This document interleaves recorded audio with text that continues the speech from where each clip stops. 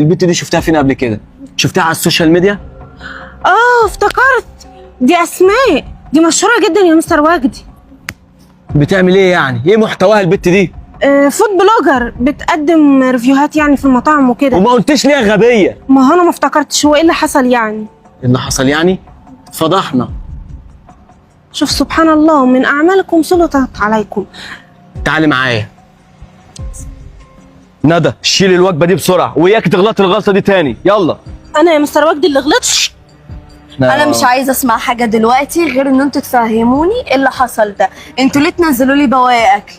اي حد وارد ان هو يغلط يا فندم، واحنا متاسفين جدا على الغلطه دي. ازاي يعني؟ مش فاهمه. افرض دلوقتي لو حد كان كفيف بجد، كنتوا هتعملوا ايه؟ اسفين جدا يا استاذه اسماء، والله العظيم هي غلطه، واوعدك عمرها اكيد ما هتتغير. صدق بالله. هي فعلا مش هتعرفوا انا ممكن اعمل تغيروها معاك تاني. انا لان مفيش حد هيخش المكان بتاعكوا ده اصلا. بص حضرتك، انا ممكن اعمل معاكي واجب عمره ما حصل. انت ننزلك المنيو كله مثلا. لا انت كل يوم هتيجي المطعم هنا تاكلي ببلاش. ايه رايك؟ موافقه طبعا.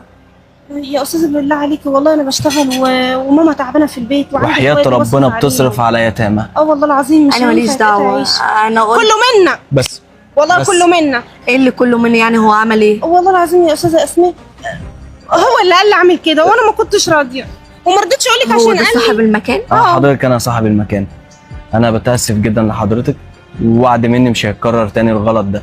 بس بالله عليك امسح الفيديو عشان اكل عيش المكان. والله اول حاجه ان انت تراعي ربنا في اكل عيشك، لكن انت بتعمله ده غلط وحرام، ما ينفعش. قلت له والله بس انت خلاص. عارفه انا شغال معايا كام افرض واحد؟ دلوقتي واحد ضرير. شغال معايا 20 واحد. افرض دلوقتي واحد ضرير ويعني ما حلتوش مثلا غير تمن الوجبه دي، هيعمل ايه؟ والله ممكن تقول لي هيعمل ايه؟ انا متاسف جدا، والله الشيطان هو اللي غواني اعمل كده. بس بالله عليك امسح الفيديو.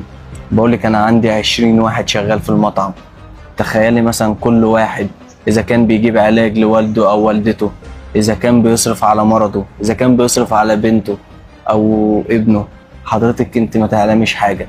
الفيديو اللي عملتيه ده قادر يوقع المطعم ويوقعنا كلنا. ويقفلوا اصلا والله. بص، هو انا موافقه اسامحكم بس بشرط. اشرط الشرط اللي انت عايزاه. تطلع 100 وجبه لله، وهصور المكان وهو بيطلع، وهنوزعها للناس في الشارع عادي. تمن غلطه. ما عنديش اي مشكله. اوكي يلا بينا على المطبخ نجهز ال 100 وجبه دلوقتي. يلا. يلا بينا. شكرا جدا لحضرتك.